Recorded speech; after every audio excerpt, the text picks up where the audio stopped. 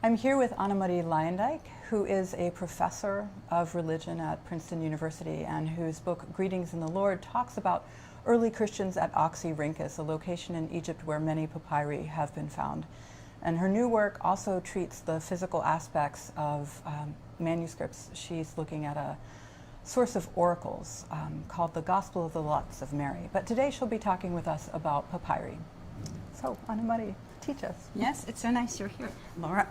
So what I first wanted to do, since we're talking about the letters of Paul, I wanted to talk about writing material. What did people in antiquity write on? And I brought from home a piece of modern papyrus to show you how ancient writing material looks like. So we have here a small papyrus plant in the Nile Valley, right at the Nile River. These would become very huge with very thick stems, about this thick, and then they would be harvested. And if you actually break even a modern plant, if you break them open, you can sort of tear strips from them. That's where you can actually really closely see the fibers also.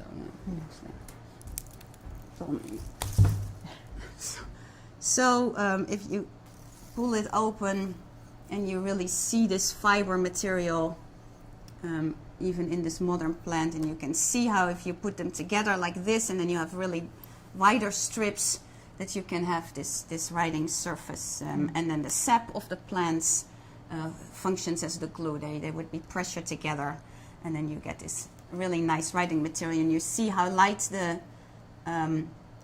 material is now, and depending on the quality, you would have really light writing surface. This is actually a little yellow, and it's not completely homogeneous in color, but there would be very delicate sheets, and people would also sand it to make a better quality. And this, I think, ancient material was probably a little bit more malleable than this modern piece of papyrus. So people would write along the fibers of the papyrus with a reed pen. You would first fold the insides, the outside inside, so that you would actually not rub them too much, and then make a little package like this, fold it together, no need for an envelope, and then here you write the address, deliver to so-and-so from so-and-so. And in antiquity, people could apparently tear out a fiber and wrap it up, but I've never been able to do that myself. So this is what an ancient letter would look like when it was delivered. And you would deliver it, give it to somebody who was traveling the direction that you were traveling to. And there is different qualities of papyrus than if you had like high quality papyrus, which is sort of very egalitarian in color, very the same in color. But you could also have cheaper, more coarse papyrus. Now that brings us actually to the cost of papyrus, like how expensive was it? We have to realize that all writing in antiquity is an elite business. So for some of these people, it didn't really matter that much how much it cost, but it was not prohibitively expensive. So it's not that it's completely out of the range to buy a little sheet. And most papyrus letters are actually also very small. The piece that I've folded up here is actually pretty large for an ancient papyrus letter. A lot of them are actually, you see how easily it breaks. It's very, you can get a really nice... This is a modern piece of this is a modern piece. You can break it like this. This is actually not a, and the people would write very in tiny letters. So you don't need a whole lot of papyrus for a small letter. There are other ways, other writing materials in antiquity also. People wrote on animal skin. It's called vellum or parchment, where you, really make the skin of an animal very smooth, and you can write on that. People wrote on potsherds. They're called ostraka. In the plural, one ostrakon is that's a singular, a piece of reused pottery that you could write on. But we've also found bones, animal bones, like a large chunk of after barbecue. I always think when you put a chunk, you could write on the animal bone. Another very interesting writing material from antiquity is bark from a tree. And in England, right in the north near the wall of Hadrian, there was a Roman military camp, and there's pieces the size of our postcards made out of tree bark were found there. And because they were preserved in a bog material, we still have the writing. And those are written all in Latin from the military in England there. So that is something about writing material. Shall we take a look at an ancient papyrus I then? would love that. Great. So the first piece I want to show is this letter, and I chose it because it's quite a long letter. We have it's written on both sides of the papyrus, on the front and on the back. So the writer began what is normal writing along the fibers, but then had so much to say that he also used the entire back of this piece, even writing there in 2 columns. Now, the piece is from the 1st century, so right from the time that Paul was writing, and we see he begins with the title, with the as ancient letters begin. They're very standard. You always mention your own name first. It actually got broken off here. And then you mention the name of the person you're writing to, and then you say Chairein. And you can, Chairein is written nice and large here. And then he has this very long letter, this writer.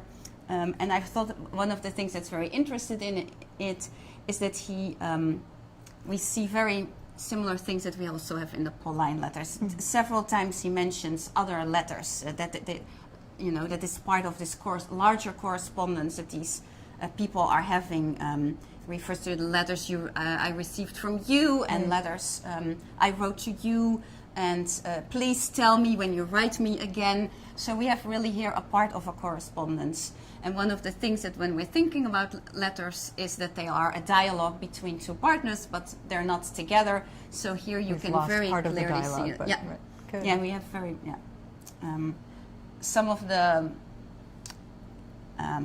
interesting things are also like when Paul is writing, he says like, and now about this, in Greek it's peride, and then in this letter we have that too, that he says about so and so and about so and so. Every time he introduces a new topic, he does it exactly the same way, like everybody did it in antiquity, and thus Paul also uses those same turns of phrase.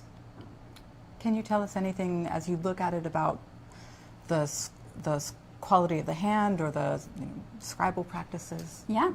What should we look for? Yes. So this is a cursive hand. It means it's a practiced hand, but it also, since if you write a letter, it has to be read by somebody who doesn't know your handwriting. So you cannot write too sloppy and too fast. Mm-hmm. So you see that here too.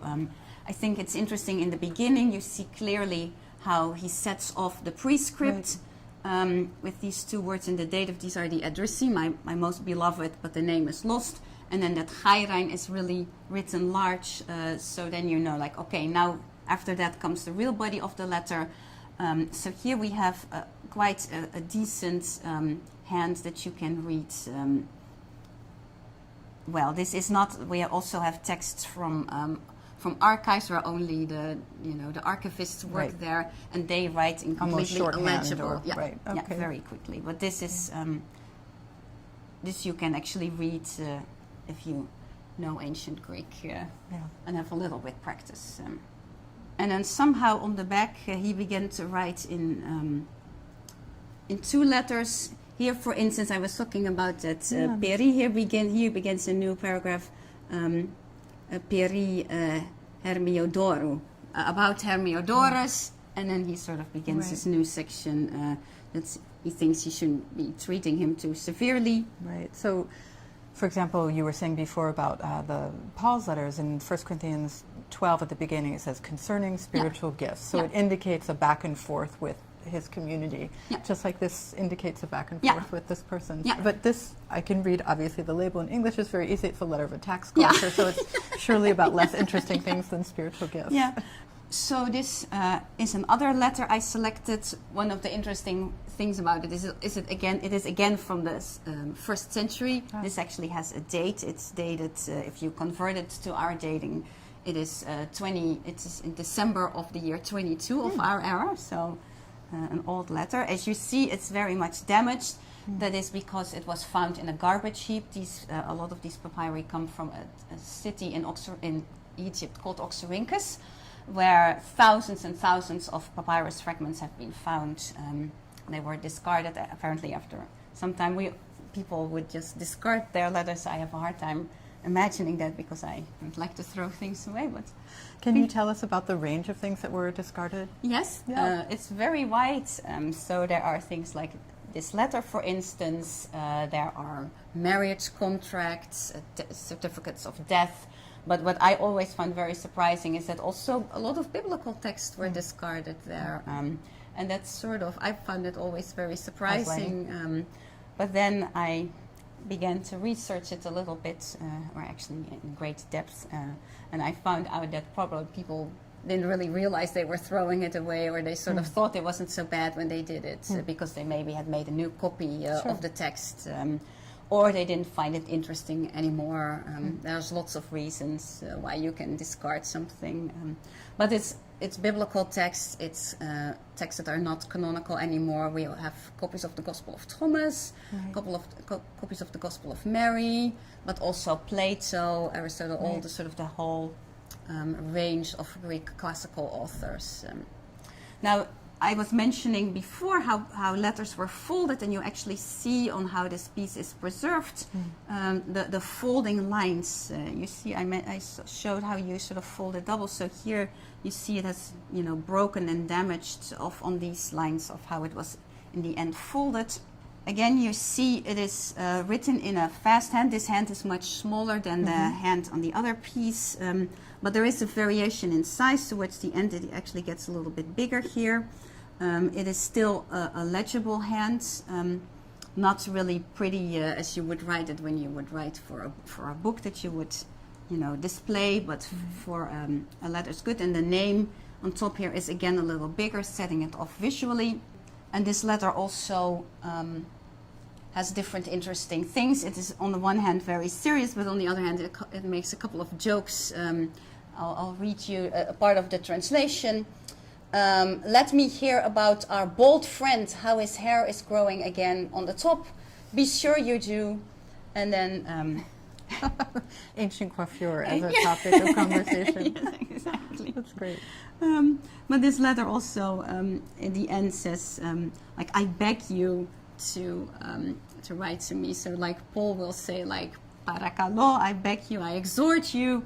That is exactly what we have here too, that this author and is one of the writing.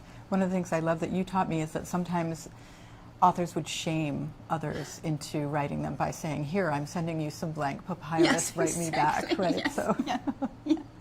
Yeah. And Jerome actually does that.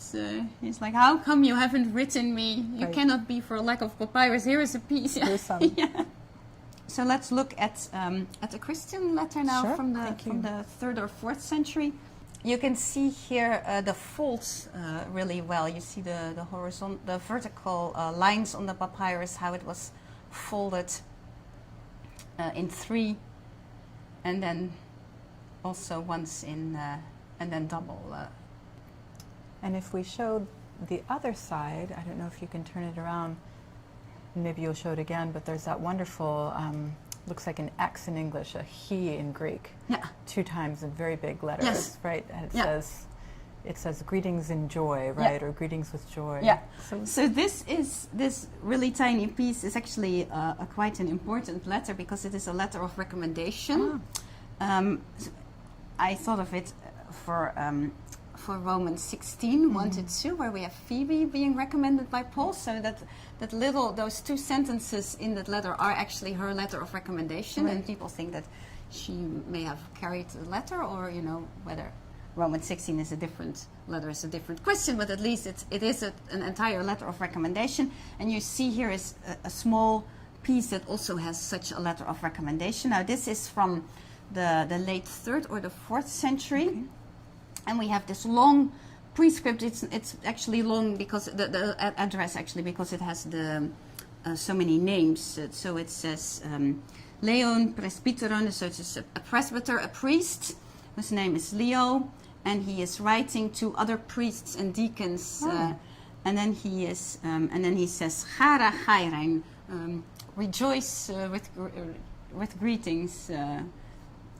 Many greetings. It's sort of exuberant, and I love it because he also wrote it very exuberantly. The size is exuberant. He begins to write much larger there, and that's why this is one of my favorite pieces, because he wrote it so enthusiastically. And then he actually writes the recommendation, and then he says, greetings to everybody, and then here at the end he says, I pray you all are well, and then he writes interesting abbreviated words that are sort of like Christian cryptography, or sort of like in-house signs that maybe other people didn't understand. So he says epsilon mu mu lambda. This is amul. That doesn't mean anything in Greek, but it probably means Emmanuel. And then it says mart, which probably means martyrs, like martyr, which is, probably a sort of sign. And then it has this number at the end, a kappa and a sigma, and a theta actually. So which means if you calculate the letters in Greek, letters are also numbers. Right. So if you calculate the value of the word amen in Greek, it is actually the number 99, and you write 99 with a kappa and a theta. Good. So it's not a date at all. It's a sign, yeah, and it's sort of a very nice way to enclose your letter, and it has sort of this cryptic, secret language in it. It's like he ends the letter by writing amen. So that's very interesting. He also writes this word curio with the kappa and the omega with a little strike underneath, over a superlinear stroke, which is called a nomen sacrum, which is a specific way that Christians write the letters for God and Lord, to indicate a special reverence for these names. So in this case, the word kurios, Lord, is abbreviated with just the first and the last letter, with the stroke over it. Right. It's a contraction that you see only in Christian manuscripts, so it's sort of very recognizable for Christians. It's also done in all our biblical manuscripts. Right. So it's a sort of practice that began in literary manuscripts, and then you see it being taken over in these everyday documents also. Now, I chose this document because I find it fascinating, because it refers to something very important historical event that happened in the 2nd century. In the years 115 to 117 of our era, there was a big revolt of Jews in certain parts of the Roman Empire, in Egypt and the Cyrenaica. And they revolted, was pushed back very vehemently. Lots of property, people killed, and also property of Jews destroyed. Very traumatic. An important event also for the history of early Christianity, because Jews and Christians, as you know, were not so separate before that time. So, but probably lots of Jews that may have believed in Jesus may have also died during that period. We don't know it anyway. It's sort of a watershed moment in the history of the Jews in early in Egypt, because there were very, very many Jews before that, and through these successive revolts, they were basically gone from Egypt for a long time. Only in the end of the 3rd century do we see evidence from papyri about Jews in Egypt again. Now, this piece is a piece from a book roll. You see here it has 2 letters mu delta on top, which is the entry in the book roll. It's mu is 40 and delta is 4, so it's entry 44.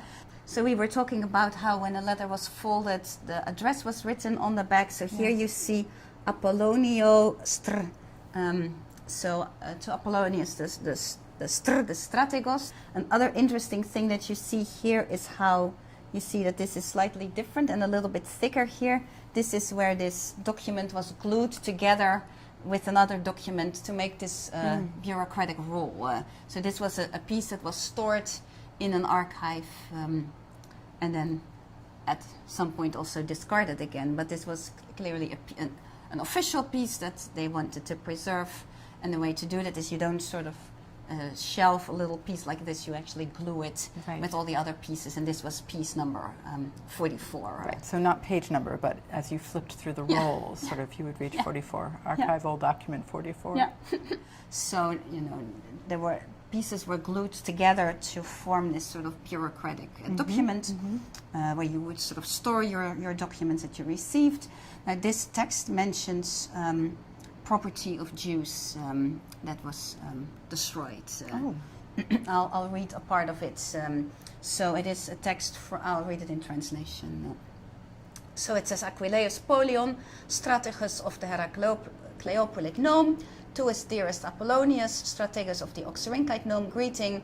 Kindly receive 2 letters which I have written, one to you and one to Sabinus, strategos of the Sinopolite Nome, about a list of property which belonged to the Jews, with the list itself, and keep the letter concerning to you and forward the other letter to the Sinopolite Nome. So it's part of the bureaucratic machinery in ancient Egypt where one governmental official is sending a document in triplicate almost, right, in duplicate, I guess, in this case, to another one and asking him to store it in an archive. Yeah, so this is one of the things that is stored then in the archive, and then a copy is sent on again. So you see indeed that the power of the bureaucracy in Egypt is huge, and we know that, of course, because we have so many papyrus documents that show us that. Right, so we have evidence in Egypt from the beginning of the first century, mid-first century of tensions, because we have the writings of Philo of Alexandria, a Jew, who is going to go on an embassy to the Emperor Caligula or Gaius. Then, of course, we have evidence of tensions between Jews and Romans at the time of Jesus' crucifixion by Roman officials. Then the destruction of the temple in 70, and then even another 40 to 50 years later, more stresses in Egypt. But Egypt is such a gift because the climate preserves this kind of bureaucratic minutia that gives us this tiny data you've just taught us about. That's great. So that's why this is an important piece, some of the letters we had more sort of an everyday feeling. This is sort of in its sort of strict bureaucracy, also a little bit chilling, I think, but it's historically also very important. Just as the everyday letters are very important because they give us evidence that we otherwise don't learn anywhere else. But this is interesting from that perspective.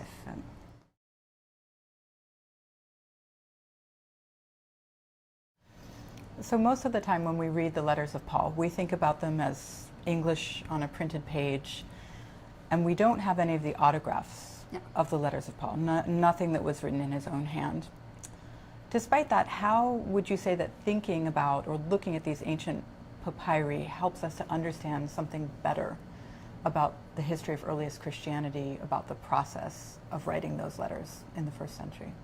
What we've seen very much in these letters is that they're very occasional, right? They address specific situations and real people.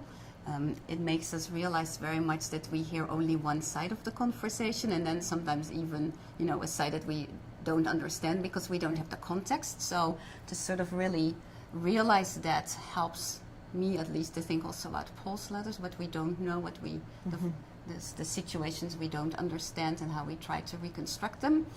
I think it is ironic that, with such important letters for us now as Paul, we don't have the autographs, but with, these little documents that were so unimportant that at some point people would throw them away. We do have the autographs where we can see really people, writing in their own hand, as Paul says that he does at some points in these letters. When we saw this one writer with great joy, sort of the exuberance of the writing, the real, closeness of the hand that makes you really draws you into this period and the people that were living then and communicating with each other, feeling really also the strains of communication, how hard it is to communicate over distances when you don't have all the modern media that we have and use so often and with such great pleasure and addiction. So that's sort of some of the things that these letters teach us. Other things, of course, also specific vocabulary, how sort of standard letters are, with these clear address, greetings, the body of the letter, how even the body of the letter is, the topics that you're writing about are introduced. So they bring us very close to the people that write them, and also makes us feel the distance because we lack so much information about them. One thing I really appreciate about your work in general and about what you showed us here was the ways in which the earliest letters that Paul must have written are very similar in some ways to other letters that we know from the ancient world. But there are also aspects of Christian difference. You showed us that letter of Leo, that by, say, the 3rd or the 4th century, Christians are developing their own codes is maybe too strong a word, but abbreviations, really shorthand, convenient ways of expressing themselves in their own particular Christian vocabulary in these very common letters. And Paul was, not part of that yet, not at all. So a later phenomenon. Yeah. Thank you very much for teaching us.